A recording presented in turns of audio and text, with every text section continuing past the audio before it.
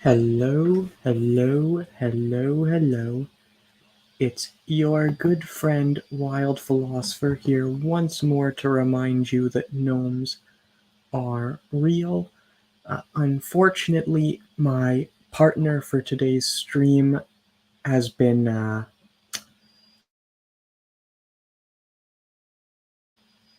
let's just say he was unavailable to make it to circumstances, and so I will be doing another stream where I play video games, in this case, Starbound, the greatest video game ever made in all of history, ever, while talking about philosophy topics. We'll be doing some planetary exploration, maybe a little construction. So if you see me mining, I'm sorry about that. I'll try and dig up. Do I even have a light? I do. This way, if I start mining, you're not sitting there looking at a totally black screen when I forgot to put torches out. But yeah, as I said, in the notes you will... Oh, that's nice. Got to get to fight somebody right off the bat. In the notes you will notice that I spoke about Plotinus, so... Now this is really weirdly fortuitous. So you can see it up in the corner. We're doing the main quest line, and we're looking for so for those who haven't played the ape, I'm human. This is my boy Jarble, named after a character in a novel I have not published yet because I cannot figure out how to provide it an entertaining intro.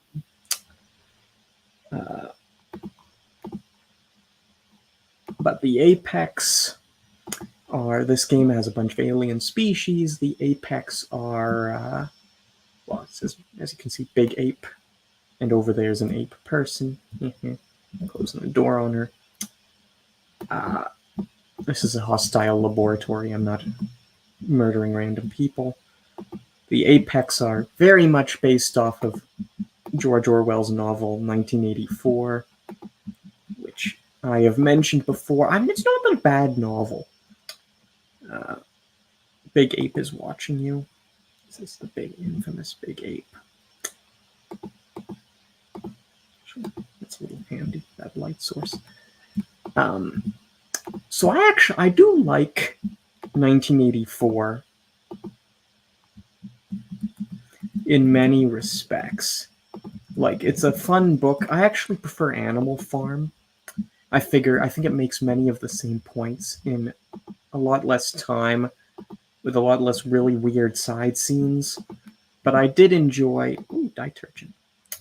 I did enjoy 1984-ish. How do you put this? 1984 lore.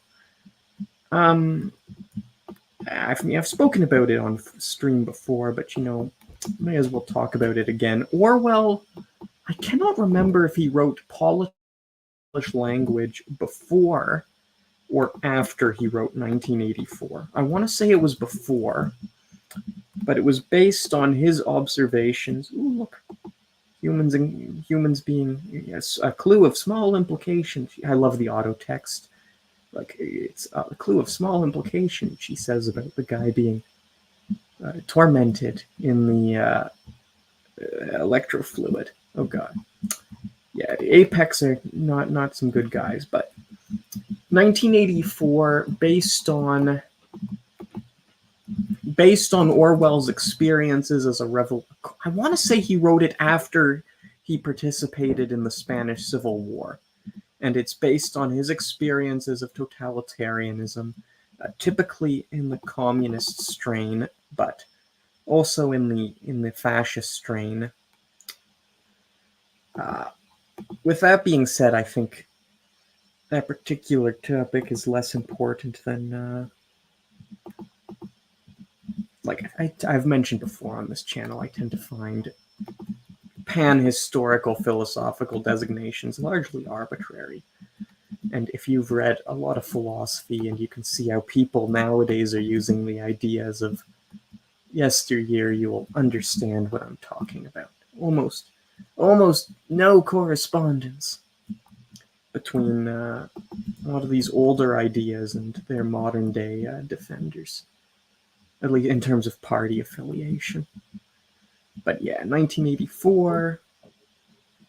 Okay, I don't think I need to tell about the plot, but it was based off history, which is why I sometimes see people talking about, like, oh, Orwell predicted the future. Orwell did not.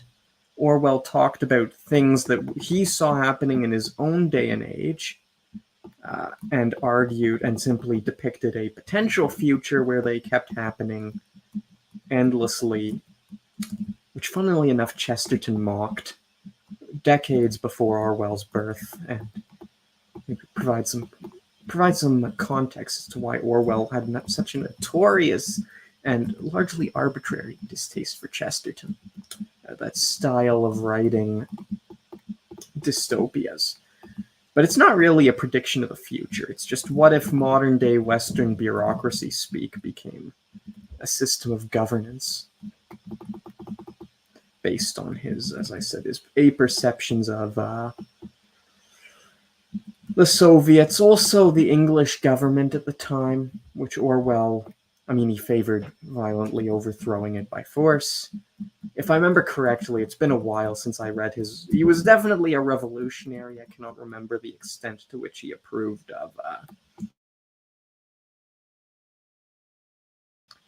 violent force. So I might be over exaggerating, in which case he has my apologies. It's certainly quite the revolutionary figure. There's the stuff. We want the green stuff.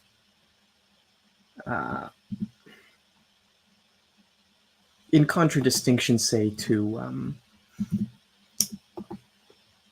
Fahrenheit 451, which is loosely based on trends that Bradbury saw, but is much more predictive of the future. Oh. The artworks in this game are nice. Stealing the bed. Not the wallpaper. You don't really need any of this stuff here. You just want to steal it so you can scan all that stuff later, eh? But yeah, I've mentioned before, I think Orwell's... I can respect where he's coming from, and I certainly agree with him on several features of modern language usage, especially about bureaucratic speak. I also think he mistakes he mistakes ways you can use things for the essences of those things themselves, which is an exceedingly commonplace error. I know it's a bit of a meme statement to say everything is connected, but you'd be surprised how bad some people are at internalizing that, right? So Orwell, Politics of the English Language, this paper, says you shouldn't use... Oh, I didn't even see that. You shouldn't use the passive voice, because the point of the passive voice is to get rid of responsibility, right? So, for instance, John shot 5 people implies agency and activity, right? That's the active voice, John shot. Whereas if I say 5 people were shot and it's unclear who the subject is, i.e. the person shooting, and all we have is the object, we can create statements that are used to avoid responsibility. Orwell criticizes the media. I think he either forgets or chooses not to be aware of the fact that the media bears culpability for the sentences it says. And this is part of the issue here, is one of the reasons we use the passive voice is, it's to avoid responsibility, but that's not necessarily a negative, because if the media assigned responsibility for everyone and then it turned out that people were not in fact responsible, that would lead to you blaming people for things they didn't do. Likewise, there are many, many instances where it's actually is beneficial.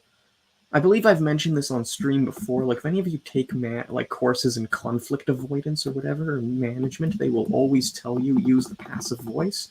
People take criticism so much better when it's in the passive voice because it's not personal, right? Like, I picked an extreme example here, which is to be fair to Orwell, because he's using extreme examples like people dying of starvation or being shot and whatever. But we can also talk about like poorly filed paperwork.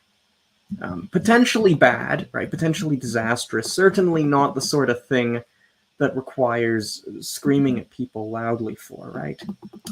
And so if you say, you know, there's been a lot of improperly filed paperwork around here as of late, versus Sally, you dimbag, stop filing the paperwork wrong, then Sally is more likely to take the memo because Sally is not now emotionally distraught that she has been accused of incompetence. This has been Intro to Exceedingly Basic Corpo Speak with Wild Philosopher.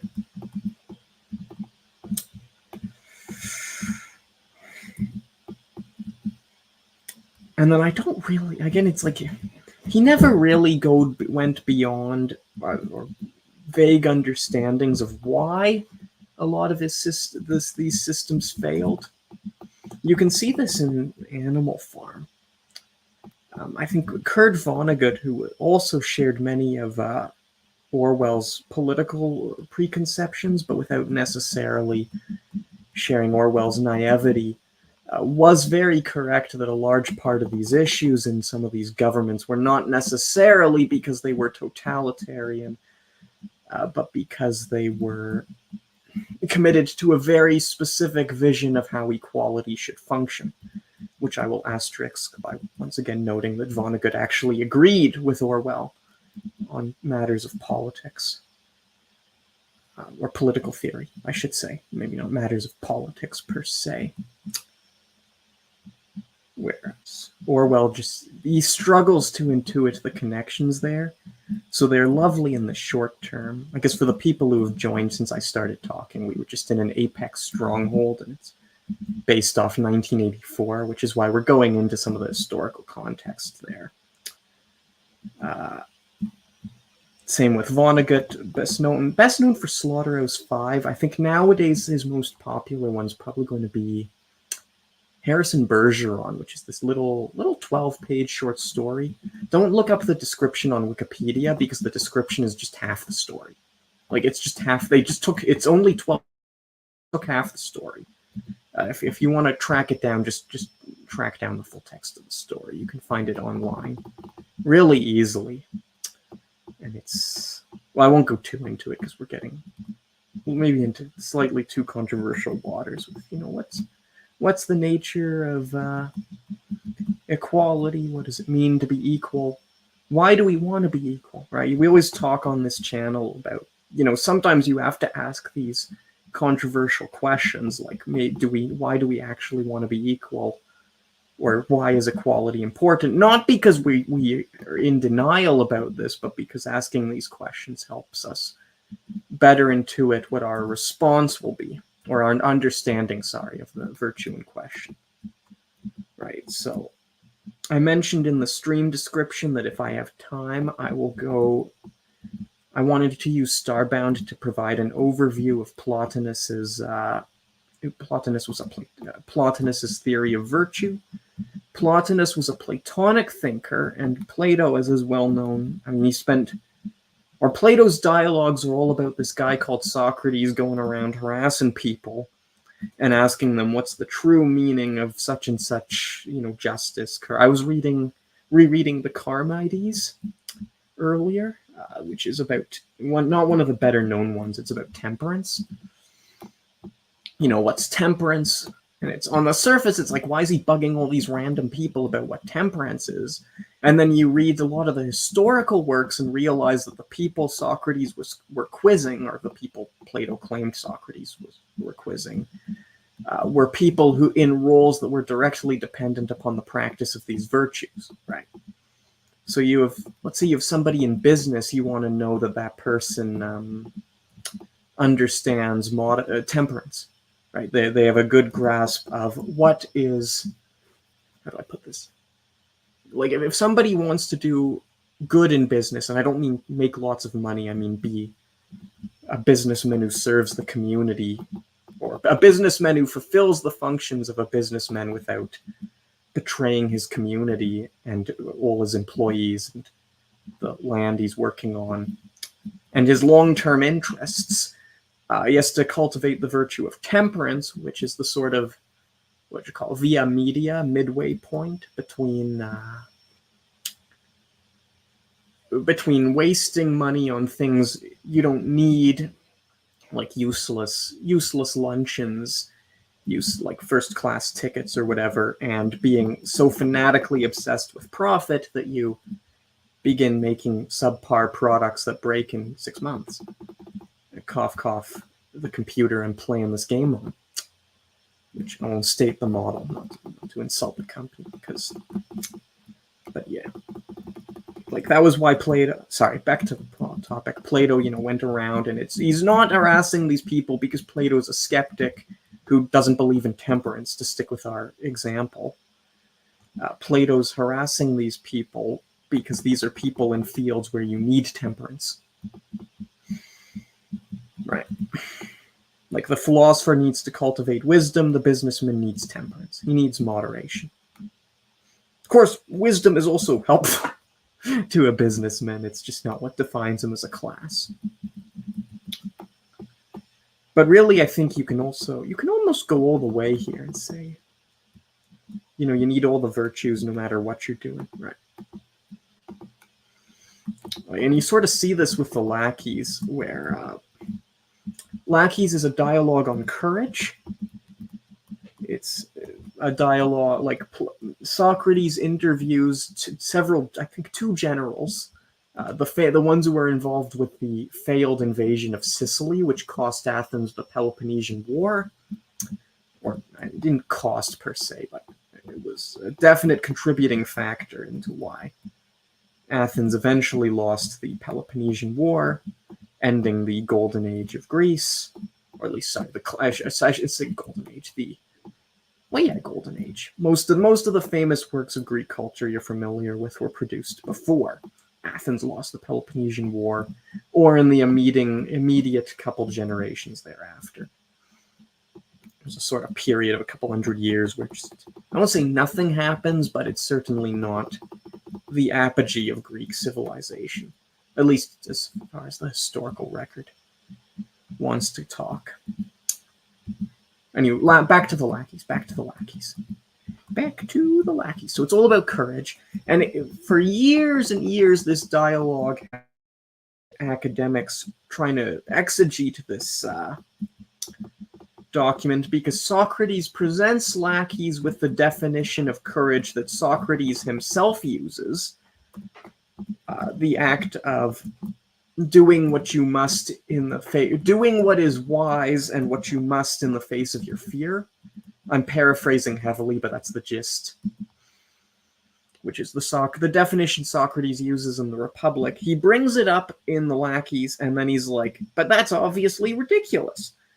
Right? It's like, so why is he given this definition in the Republic, which he takes as, I won't say definitive, but sufficient? Sorry. Needed a drink. And then in the lackeys, when he gives the same definition, he's like, who would need this? And if you go and you read the lackeys, it's like Socratic Elenchus, this TLDR first year rundown on Socratic Elenchus, which is to say we can go way deeper on this subject. I'm going to choose not to, because I am ranting to an audience of 0 right now. But that's okay. We are not dissuaded. We will triumph. Socratic Elenchus, Socrates goes up to a person. He says, yo, person, Bob, buddy, pal, friendo, what is the Elenchus? Like, what is temperance or courage or piety? I'm not going to use the piety example because that one is one of the most misunderstood dialogues in Western history. And we have circled the planet. That's unfortunate. I'll steal some glass while I'm here.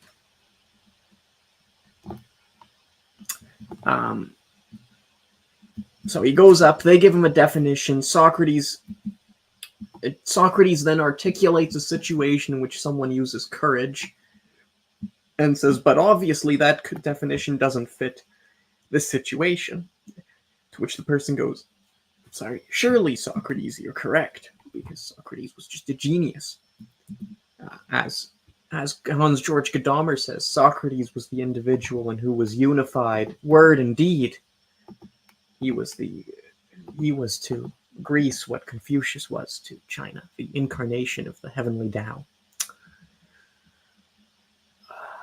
Anyway, he gives a definition, they critique the definition, so they provide a new one. So they start off with, charging into battle, and then Socrates points out, but what if you're heavily outnumbered? Wouldn't that be really stupid?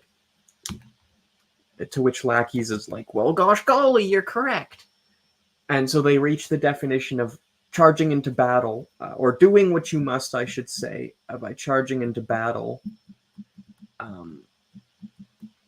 That's why we're setting off all the landmines. All the landmines. Doing what you must by charging into battle. With wisdom, right? And then why does Socrates and Laches ultimately come to reject it? This is my 10-minute meander here. Because Laches is unwilling to accept that a doctor has courage. And I hate to say it, Gadamer has argued, to my mind, pretty convincingly that Socrates' dialogues should be read as attempts to meet the understanding of the person he's talking to, which isn't, you don't see that in academics or recognized in academia, but pretty non-controversial if you actually bother to read the original sources. And Laches lacked the understanding of speech to conceptualize what was going on, or the understanding of idea to conceptualize what's going on with courage, especially outside of the battlefield. All of which is my very roundabout and actually not all that compelling argument, because I was just exegeting stuff rather than telling you why you ought to believe stuff for, business, or wisdom in business, courage in business. I suppose there is courage in business, though, so because you have to take risks. Will those risks work out? Who knows? Who knows?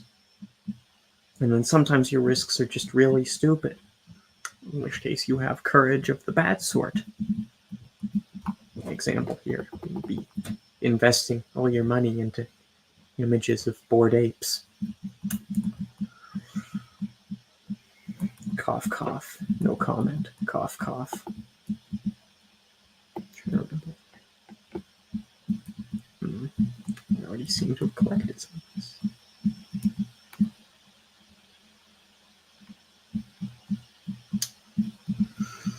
But yeah, rambling on. I'm going to call this rambling philosophy hours.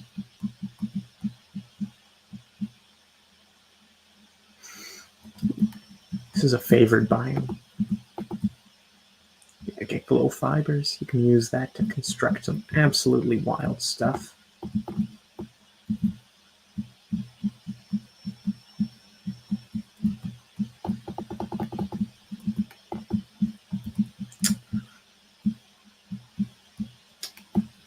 Yeah, we'll probably do a stream on light in philosophy at some point.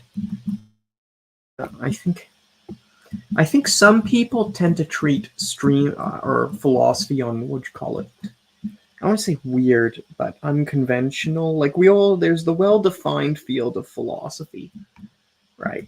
Or like when you get started, the obvious and exceedingly vague one is, what's the meaning of life? Which is a useless question. Not because life has no meaning, it does, but because that meaning is very much not the sort of meaning you'll discover by asking that type of question. You have to learn a lot about what constitutes life to even remotely have a sense of thinking about what the meaning of life is. And I say this as somebody who is not a relativist and doesn't think you decide it for yourself. Sorry, broskies. Betraying your expectations there. where was I? Oh yeah. And then you sort of go on and you get to some of the more obvious stuff. Yeah, Earth. This is the start of the game. Earth gets blown up by a giant space worm. Just talk about that. And you get in from there, and you start talking about ethics, metaphysics, and then maybe from there, if you're really dedicated, you tend to go into some of the more unique fields. Metaphysical epistemology, virtue epistemology, questions about axiology. But I think one of the traps people fall into is they think philosophizing on weird topics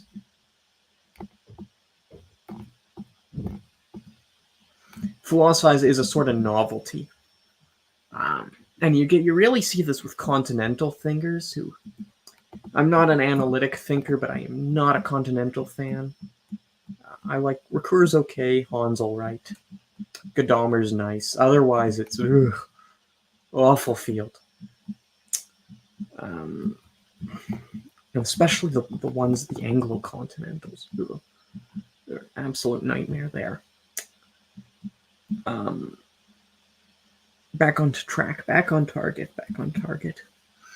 Like, they sometimes treat it as a sort of impressive feat or novelty or something cool to like philosophize on 50 Shades of Grey, to pick an example from. I don't like that. That's an example from Hahn. It's not the worst example.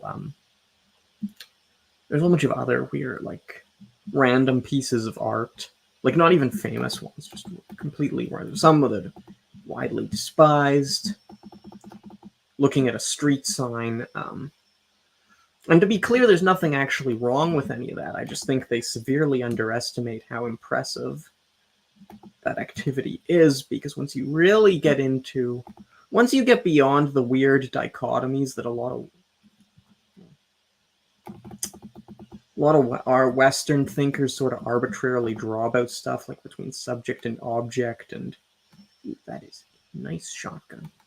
Subject, object. Not that I don't think there's a difference between the two. I just don't think they're people's bizarre hatred of being. This is everywhere in modern philosophy, and it makes no sense because it's just entirely a priori, and the outcome of is usually disastrous, predictably so. But people, they just don't like being. The world, it must be a world of pure becoming.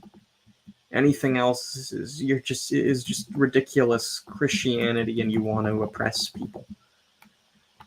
I've saved you so many modern philosophy papers by presenting that weird argument in 5 seconds flat.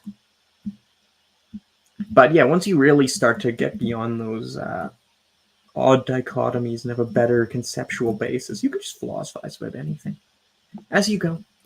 I'd like to do light. I'd like to do, like, how do you philosophize about light? A lot of fascinating stuff about that in the Orphic texts. In Taoism. Also in, Judaism, Manichaeism. That's about it for the Islamic heretic Al-Kindi. I won't say that's about it, but that's about it for my knowledge. Certainly. Does this have a grenade function? It does have a grenade function. Pew pew. Yeah, like light, fascinating stuff, because in late antiquity, out in the across also scholars like to say ancient Near East. I have nothing against that.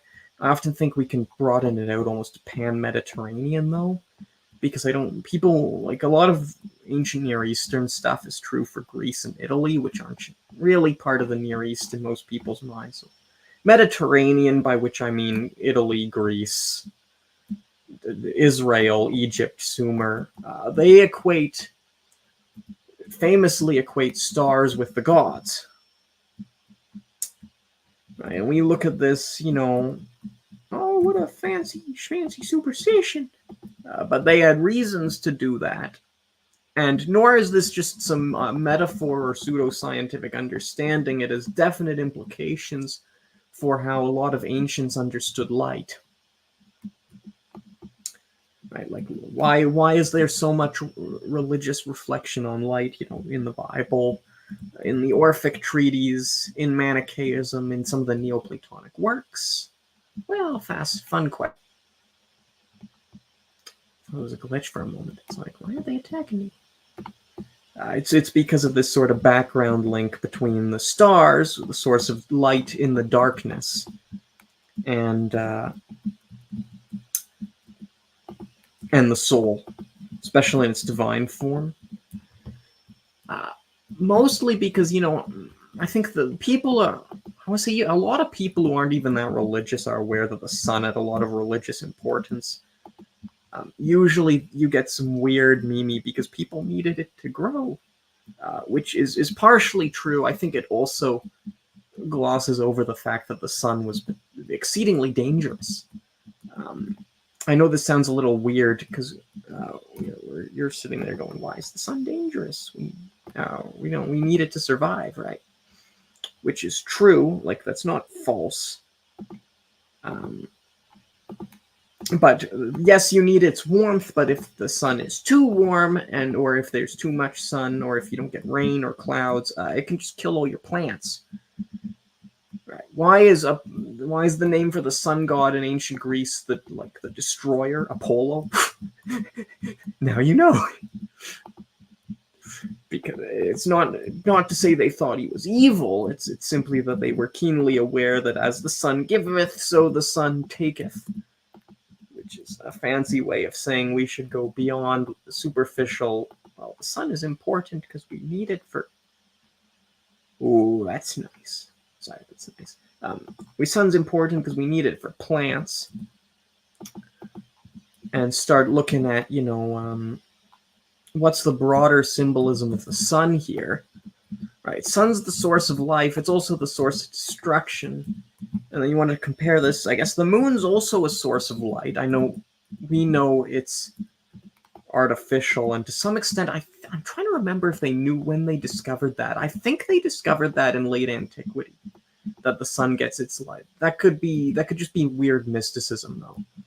A lot of weird mysticism gets reinterpreted as science because it happens to fit things that we believe, or that modern science believes, but that aren't necessarily believed for scientific reasons.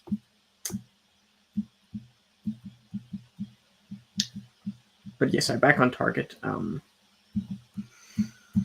The stars, on the other hand, they're a source of light. They're their own source of light. They're not. Oh, so I was not looking at the screen there.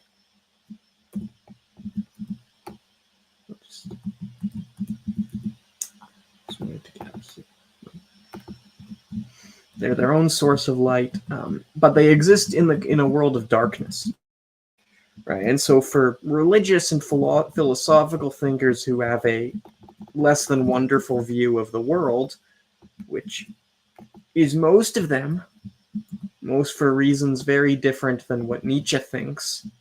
Oh yeah, people have skeptical views of the world because they just hate living, said Nietzsche nonsensically. Can be described 90% of his philosophy. I'm just going to keep walking into all the explosives here. But yeah, for thinkers who had not to say that a lot of them hated existing, or most of them not, nor that they hated the world. They were just keenly aware that there are many, many things wrong with it. I'm not all too sure how you might disagree without being without adopting Nietzsche's really wacky views on things. But even Homer is contra Nietzsche actually holds this view. So I may have circumvented the planet at this point. Anyway, to complete my story here, why do the stars become a metaphor for souls? There are several reasons. One of them is the fact that the star is a pinpoint of light in a world full of darkness. Right? Why is the star is the soul so important? It's that metaphorical power. And you can see this today. You can sometimes talk about a lot of religious ideas survive in modern science. Yeah, I finished circumventing the planet. Sorry. What's that quote I'm always seeing about you are a being of stardust from Neil deGrasse Tyson. It's Neil deGrasse Tyson who says that. And it's like, in one sense, that's, I guess, scientifically accurate, but the salient or the metaphorical bearing or load of that particular idiom is not derived from science. It's derived from millennia of ingrained religious reflection on the stars. And I mean, not even religious, just general. Like, think of any star-related media, and it's absolutely fascinating how, I won't say universally positive, but generally cheerful it is. Unless you're the Aztecs. But Aztecs, fun exceptions aside. Ooh, that's a nice mask. Fun exceptions aside.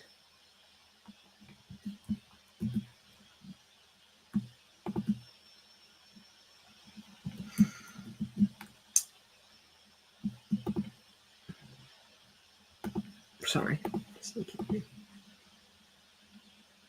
I'm just saying, how far do I want to go in this sort of scientific story here? Yeah, I got nobody watching. Let's go all the way. Let's go all the way here. So as I said, science. Yeah, we'll talk about science and religion and science. A lot of UFO stuff is like that, eh? It's just, and it's not to say that these things are scientific. It's they ape science. They sort of mimic it. Not for nefarious purposes. I no longer need this spear because now I got a cool one. Yay. Not for, actually I should keep that sphere for the moment. Not for nefarious or evil reasons per se, but simply because, I guess I have to go back for a moment here. You can sort of draw a distinction between rational thought, thought that's engaged with the rational faculty, and like normatively rational thought, which is to say, thought that isn't rational or irrational. It has nothing really to do with thinking at all. It's just culturally accepted, right? Culturally approved thoughts or ways of thinking. In our society, that's science. In other societies, that was divination. And this isn't a reflection on the merits of either. This is just a description of how people think. Because you can accept, for instance, that science is our sort of thought system and still like it, and not be especially fond of divination. And so if you want to get people to take an idea seriously, you have to phrase it religiously. Just a lot of the time. You just have to phrase things religiously. Thus, for instance, an astonishing number of religious concepts have ended up reified through UFOs. Right, same with the do we all live in a simulation stuff. And people have this conversation like it's some kind of amazing revelation or whatever, and start telling it's like, will science prove we live in a revelation? It's like, well, potentially.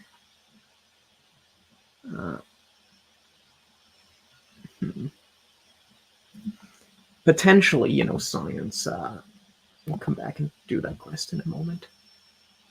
What the heck was I? Oh yeah, potentially we live in a simulation, and maybe science could discover it, but that's not really a scientific idea. Okay?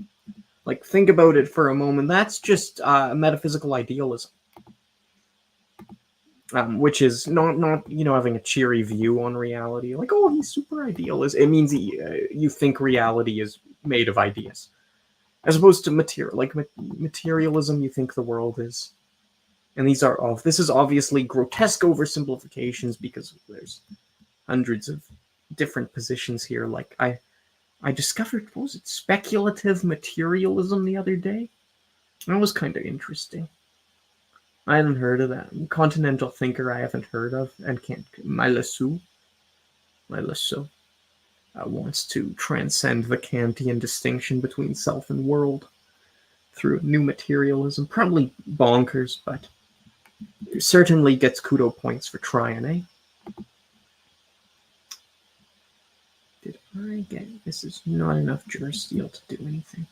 Okay. Hold it first. 5. No, I need 80. Sorry.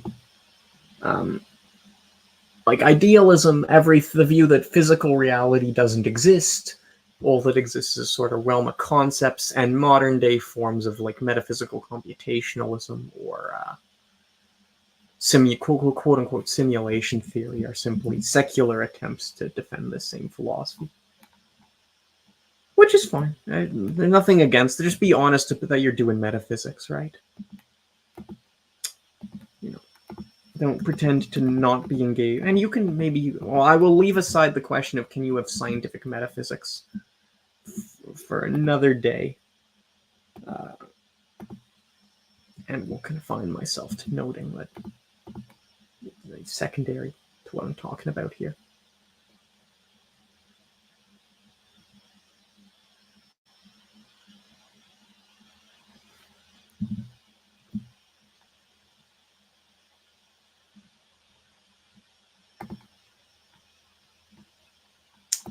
Sorry, just checking something.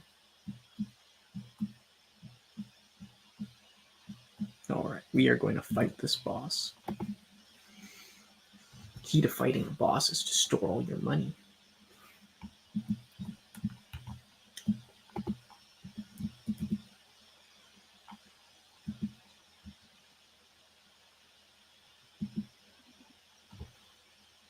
Carefully. Yeah. I've done this a few times, but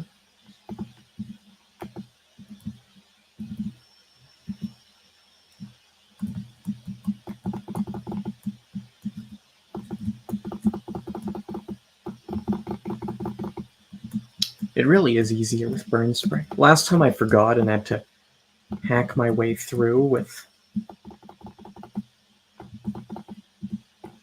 Had to hack... Oh, that's the wrong weapon there. To hack my way through with... It cost me an insane number of health whatevers. Yeah.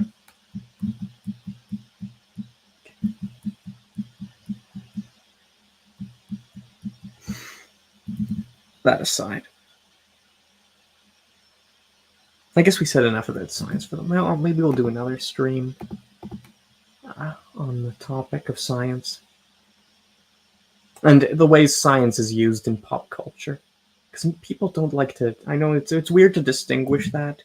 A lot of philosophers are really bad at this. And you'll notice, if any of you ever sit down, start studying scientific realism versus scientific anti-realism, don't ask how I got it. I always forget about that one. It's a fun blade. Like scientific realism view that scientific statements are descriptive of reality or true. Scientific anti-realism, the view that that scientific statements are not descriptive of reality. The most infamous variant of this in the West is going to be social constructivism, which is just everything's a social construct, bro, science included. Which is mostly proven through, how do you put this?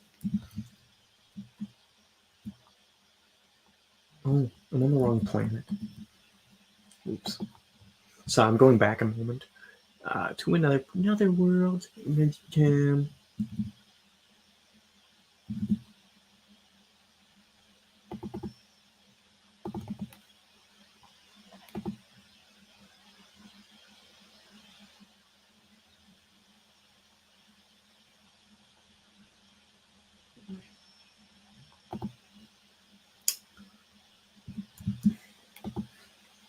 And by you will notice a lot of science, and anyway, sorry, the most infamous is going to be a social construct gang.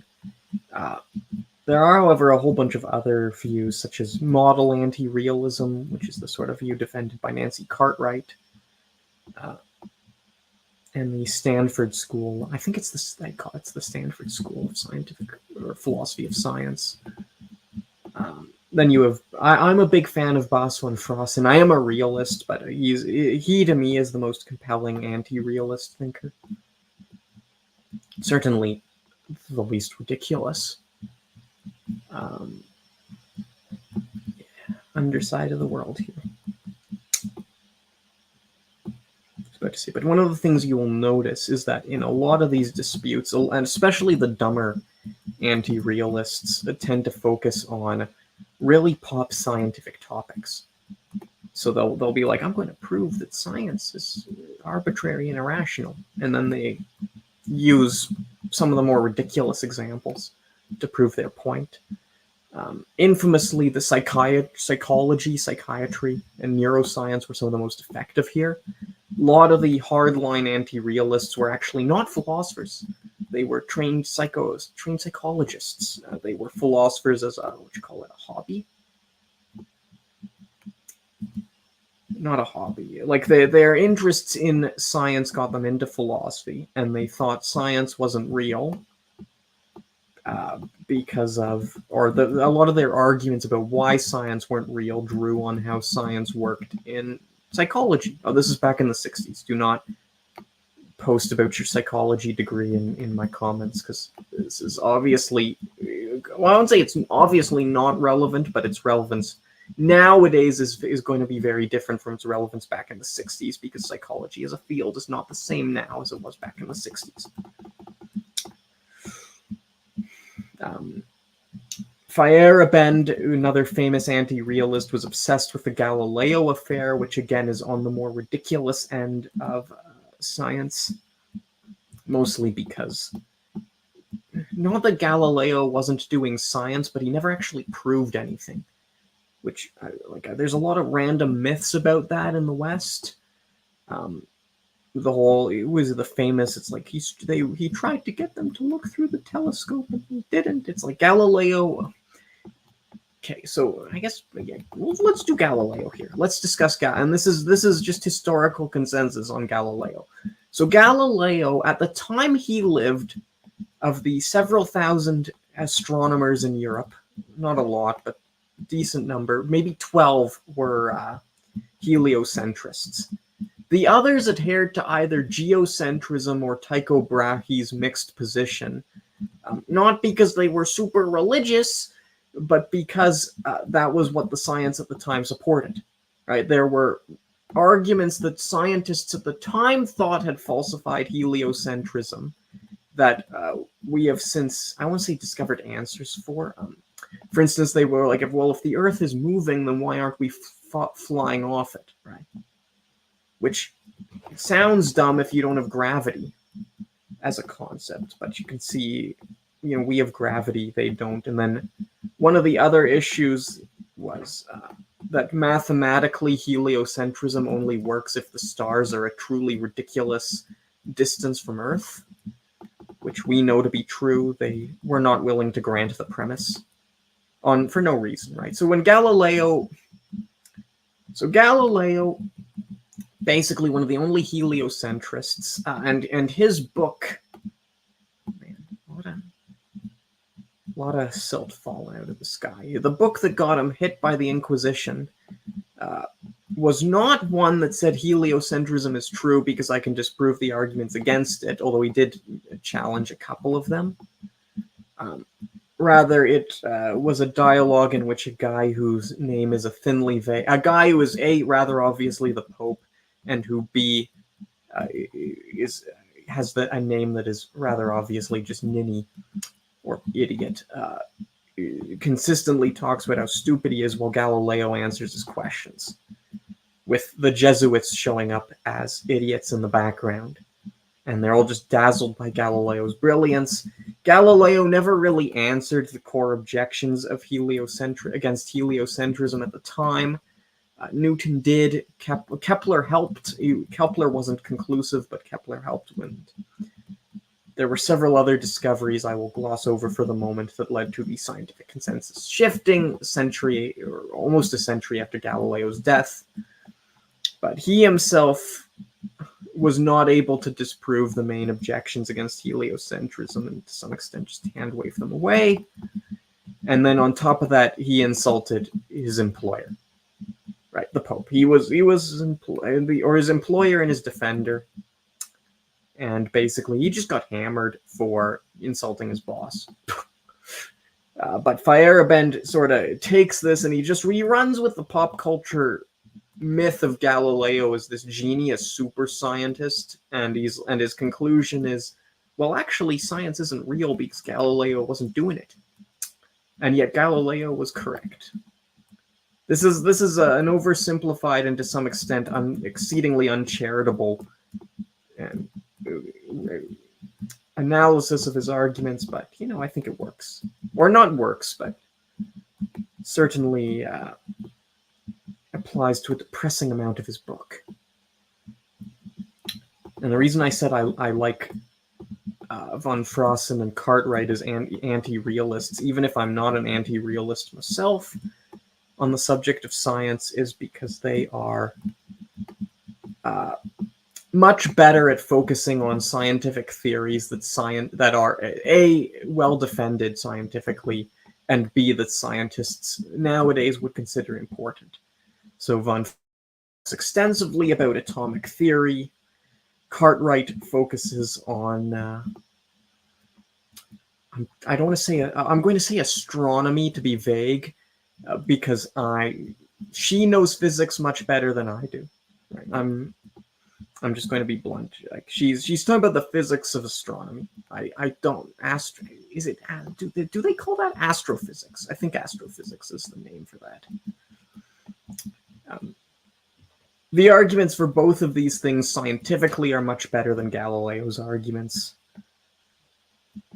And their argument, not that their arguments against them are amazing, but they're at least they're wrangling with what people actually believe, rather than some weird mythology of the modern West. Same with the Giordani Bruno affair. That one gets brought up a lot by people who want to prove science isn't real, and they just gloss over the fact that A, Bruno wasn't a scientist, and B, he didn't actually like scientists all that much. Bruno was a fascinating thinker, and we will talk about him extensively on this channel, because he was deeply into some very interesting religious and phenomena. And there's a lot of fascinating stuff in his corpus on the relationship between thinking and memory. For which reasons he is one of my favorite philosophers, but he is not. He just wasn't a scientist. Period. Like he was not. And this isn't even rude. He was not a professional scientist. He didn't do science. His few references to them are he knew the scientific theories of his time and occasionally makes reference to them. He held a low view of the spirituality of most scientists, which you are welcome to have your own views on. But yeah, like a lot of his references to scientists are, let's just say, less than polite. They're less than polite. And yet Bruno gets brought up. And it's not because he did anything useful to science in a historical or salient sense. It's just because people treat him as if he were a scientist. And so people are like, Bruno was doing science. And Bruno was just... Yeah. Which is unfortunate. People keep trying to defend this theory. I read a really weird paper last year. I'm trying to remember. It wasn't a famous journal. It was open access. And by open access, I don't mean one of the nicer ones. But it was certainly there. And it did technically pass peer review. On arguing that Giordani Bruno played an instrumental role in the AI revolution of 2022 because Bruno's memory techniques, he was behind a lot of the famous memory palace stuff that you sometimes see in Hollywood, prefigure modern computers. How do I put this? That's not entirely false, but that's not because Bruno was engaged in computation. That was because a lot of modern computation relies on mystical theories from Leibniz. And Leibniz and Bruno were both Kabbalists. And so you want to talk about why the same idea shows up, it's because they were both using Jewish mysticism, and it just happens to be the case that for reasons that have nothing, I won't say nothing to do with anything, but aren't all that impressive, really. Some Jewish theses on the way the world works ended up being involved in binary computation.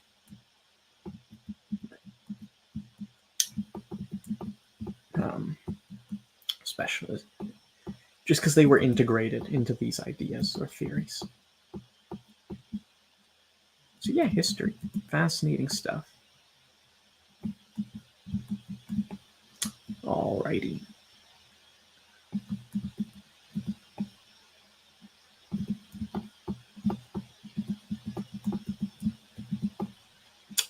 Alrighty. Mind you, I can't be too critical of anti-realists here because a lot of scientific realists do the same too. You can really tell a lot of them are working with stereotypes of pseudosciences rather than with an actual working knowledge of most pseudosciences. Massimo Pigliucci, for instance, I always remember his theory as to why astrology isn't a science, but psychology is, involves basically assuming that sun sign astrology that you see in like the newspaper is an adequate reflection of what astrology is. This is not true.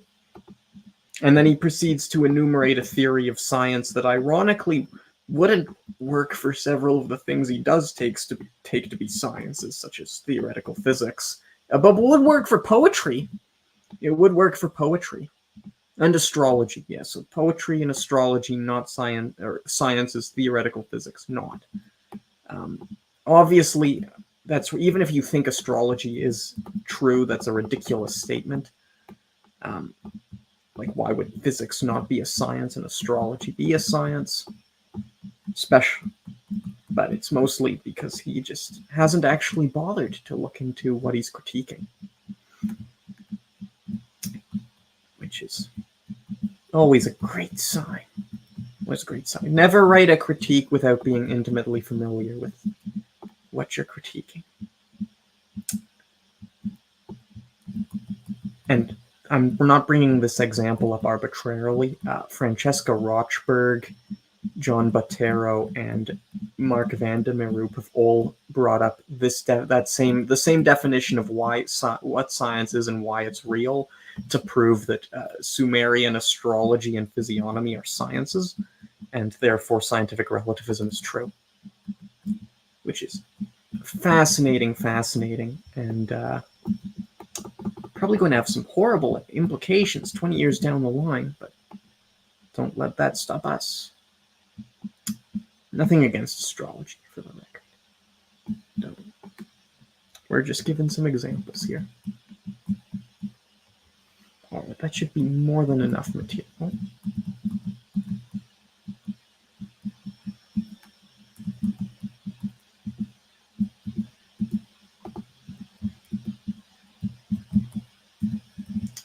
All right, that should be more than enough materials. I am going to break for just a moment and be back in 15 seconds, 20 seconds.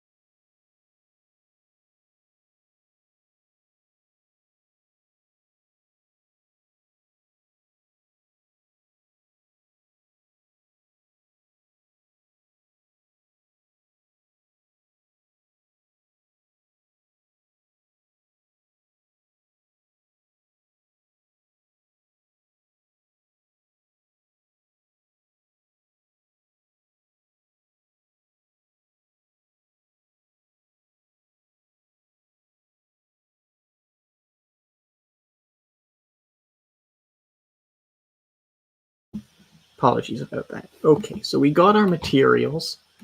That was one big material hike. Got everything we need. Now let's get down to plotinizing. Ooh, yeah, some gold. I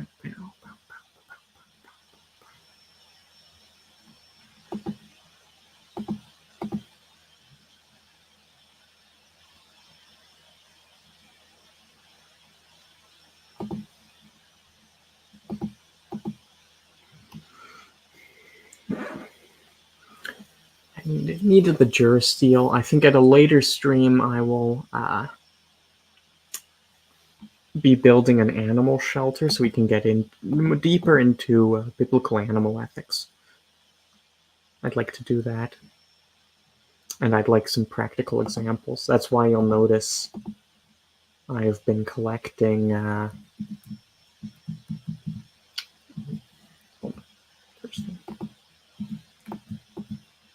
you'll notice I've been collecting some of these creatures.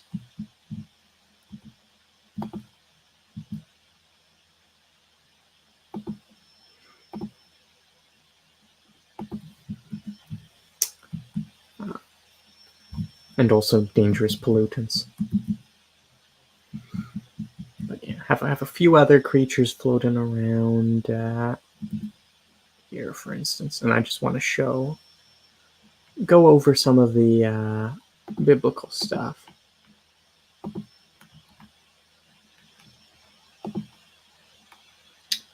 In animals at a later date, but for the moment we'll be discussing Plotinus. So, earlier in the stream, is there a planet here that'll work? Yeah, I guess that might work. Hold up, let me find a moon. I'm probably going to need more fuel for this. A lot of prep work for one metaphor, eh? Oh no, I have fuel.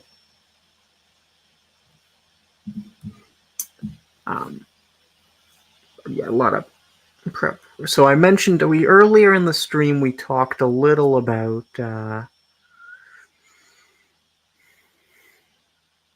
this the way Plato approaches virtue, right? And so how Plato handles virtue and Plato's idea of instruction.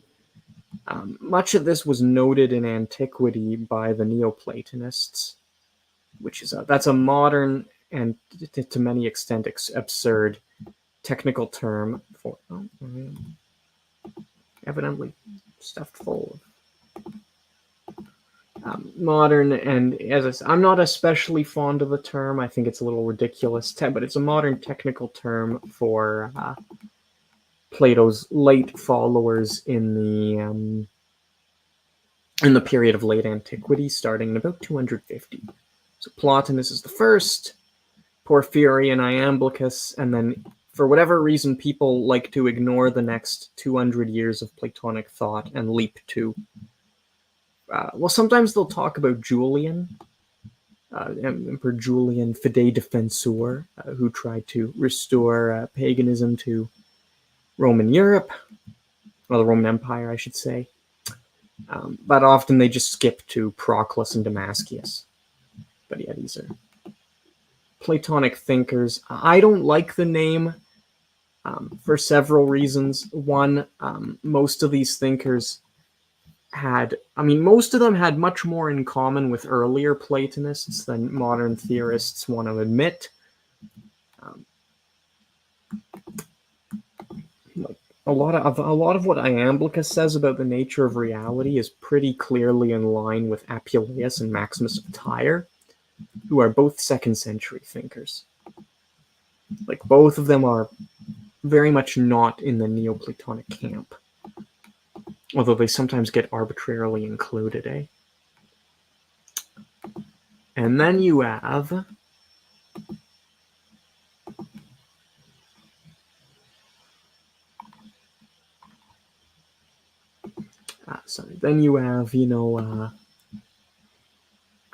put bluntly, I think Porphyry and Iamblichus are in agreement on jack crap, And you may as well talk about some unified understanding of Christianity that includes Thomas Aquinas and the Gnostics for all the accuracy you're getting.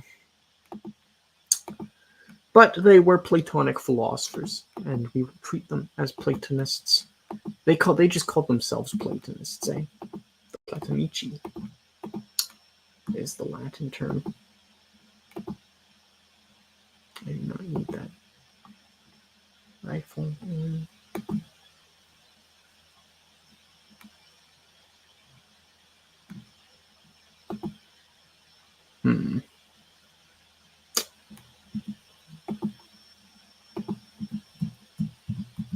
Anyway, Platonici. Question, of course, then means is what does Plato understand? How does Plato understand living a virtuous life? Right? Is it purely, we tend to speak about embodying virtue or not, but Plato is as concerned with what is virtue as he is with, so I'm looking for a nice planet here. Somewhere I can settle down. We're probably going to want a jungle, eh? Yeah, we'll go to jungle. Hold on. Actually, let me check some other... See if I can't find something with rate. Yeah. This way, if I need to, I can go from the same universe to somewhere with more resources.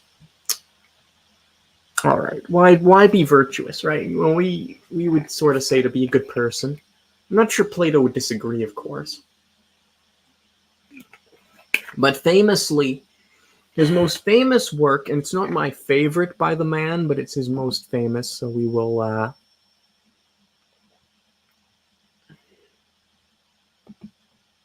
use it as our example, is the Republic. And it's a work that functions notoriously at two levels. It's a description of the human soul, right? Because they're talking about what does it mean to be just. It's a description of the human soul on the one hand, and on the other hand, it is a description of how to arrange a just polity. And I think a lot of academics, they leap all over the place on this one. Some go all the way to thinking that Plato seriously intended this as a guide to state jurisprudence and accuse him of orchestrating totalitarianism. Karl Popper, and I don't really know if he belongs in the camp of intellectuals, but I guess this is Sargon of Akkad's. The thesis he really harps on about like you're living in Plato's Republic. It's like you are not living in Plato's Republic. I wish not that I like Plato's Republic, but it would be much better than the current political climate. The other extreme represented by Gadamer is this is 100% only a metaphor for the soul, and it has nothing whatsoever to do with politics. A view which Gadamer holds, and I respect Gadamer, but that is pretty clearly a crockable. Plato, I think it's naive to think that his Republic was seriously intended as a way to organize societies, at least to some sort of plan.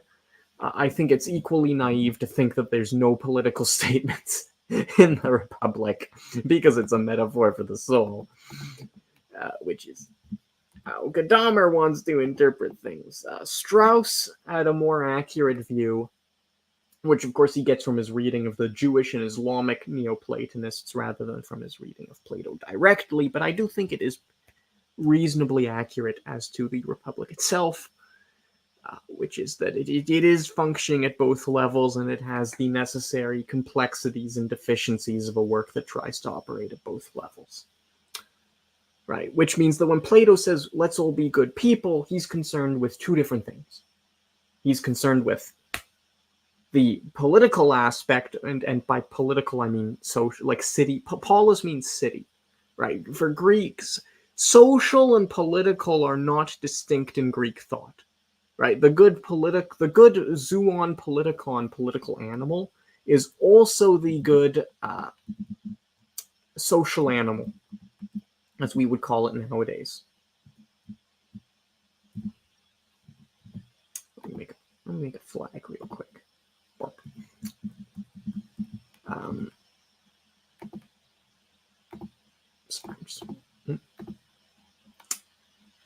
So back to my story here.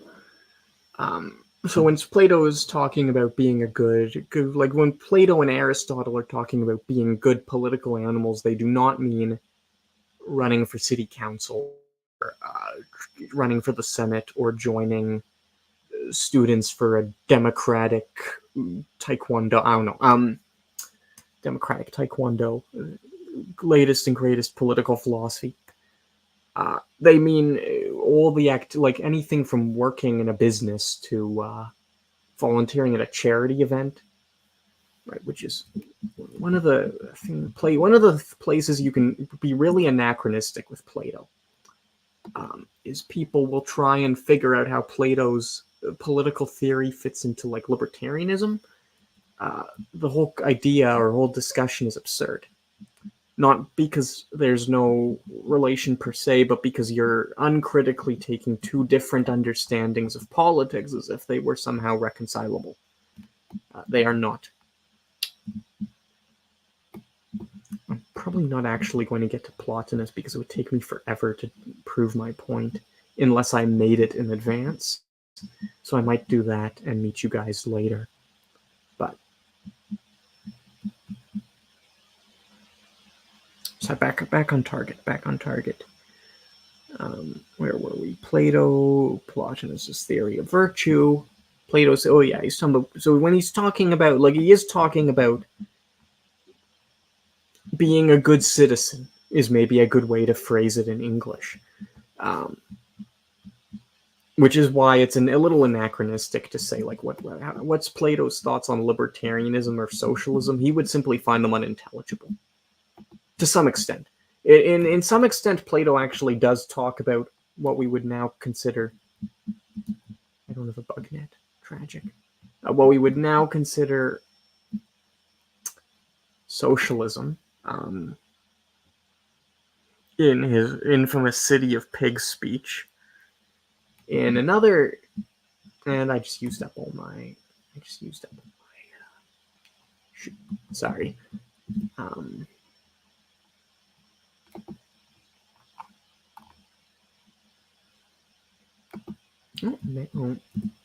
no, I probably don't have enough string. Yeah.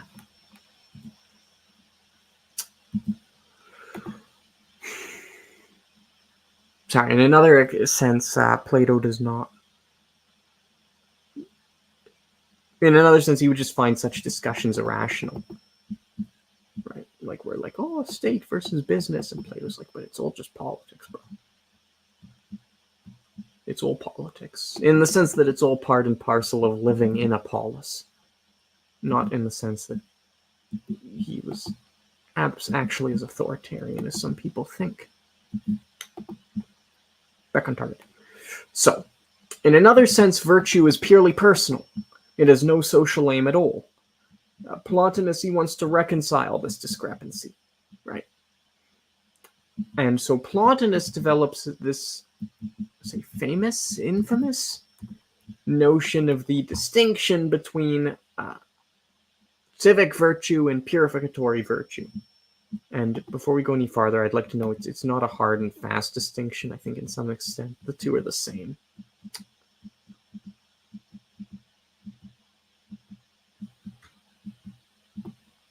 But so he presents his theory,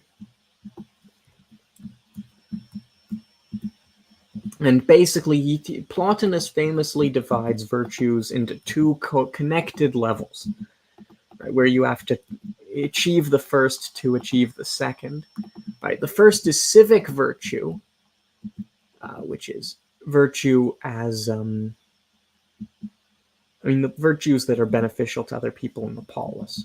Right, so this is courage in your city sense. Like I mentioned doctors earlier in the stream. Defending the city as, a firefighter, a policeman, a soldier. These are all modern examples, but they would fit the general theme. Okay. Sorry. And then in another sense, and then going beyond that, there's the higher sense in which these things act to purify our souls. So, of course, these are Platonists. So we can ascend to the divine and gaze upon eternal beauty forever. Which I know sounds a little weird, and there probably needs to be more background before you can, before that's unintelligible as to why this would be a concern of Plotinus beyond purely religious issues. Like why think that the highest bliss consists in guilt? Yeah. You really should. I have never found one of these in the wild before. Perfectly generic items. Let's see if she has the bed.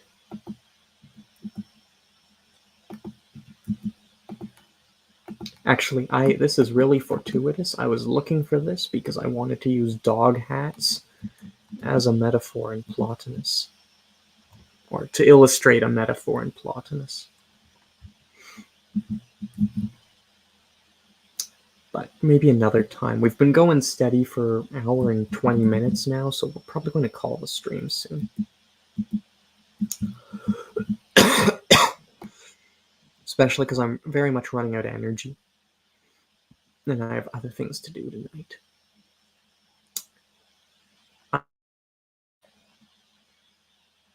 And yeah, I mean, I guess that lays the background. We'll be returning to it again, and I'll probably have to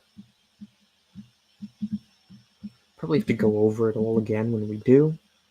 That's okay, because like only 0 people listened into the stream, so c'est quoi c'est, it is what it is. There might be a stream tomorrow.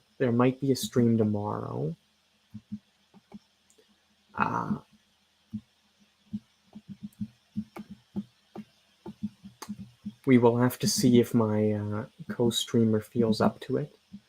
There will not be a stream. Otherwise, there will not be a stream for the next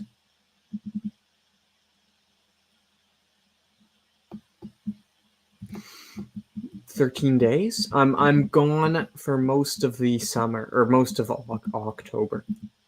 I will be back for the 19th. I'm not sure what I'll be streaming then, although I think that's way too far in the future to give you a definite answer. Oh, swamp stuff. Always nice to have some swamp stuff.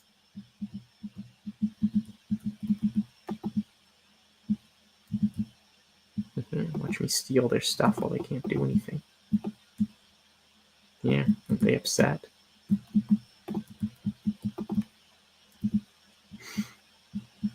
That's right, this is philosophy where we discuss ethics and birth people.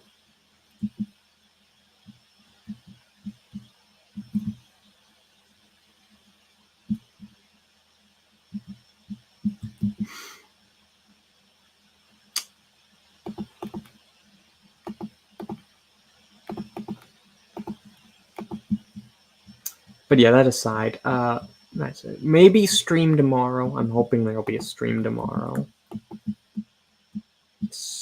I love that platform. Otherwise, nothing till the 19th. I have no idea what we're doing when we get back. No, maybe another gorilla stream. The alternative is we will be doing... I kind of want to do a stream where we go over VTubers' philosophical statements. Stir up a lot of drama, but I think would be funny.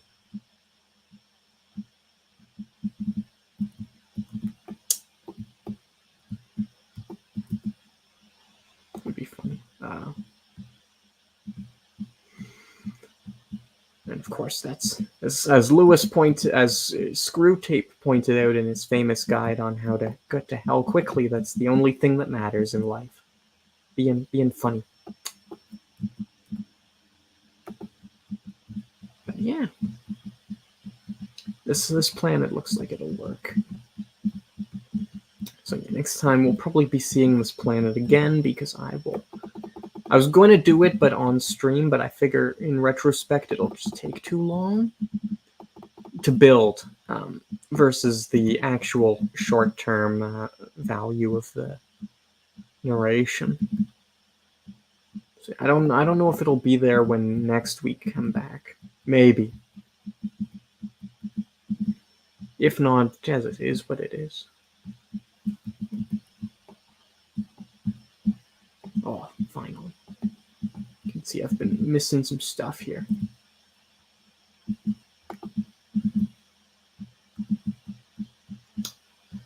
But yeah, I think that's a reasonably good place to end the stream for tonight. Even better if I can actually complete some of the quest lines and get the stuff needed to do the real fun philosophy streams.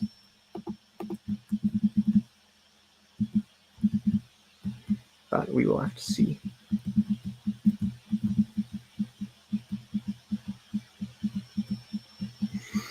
It is interesting that I tend to run out of steam an hour and a half when I'm looking for that blade, when it's just me. This is why having people to talk to is important. The more you know. The more you know.